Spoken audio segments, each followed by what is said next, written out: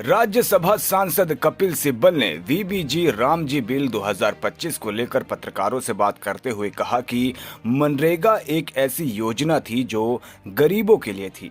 Covid के समय ये योजना बहुत काम आई, नहीं तो बहुत परेशानी आ जाती। इसी योजना से तो गरीब लोगों को बहुत राहत मिली। इस योजना का भी ये लोग राजनीतिक दुरुपयोग करते हैं।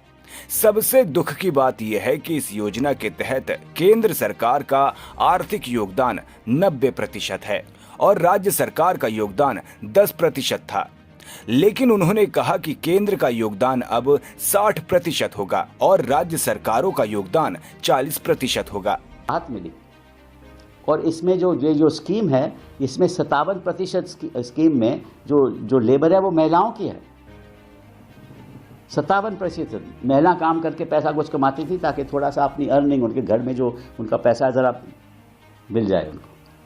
57% और तमिलनाडु जैसे जगह पे तो 80% थी।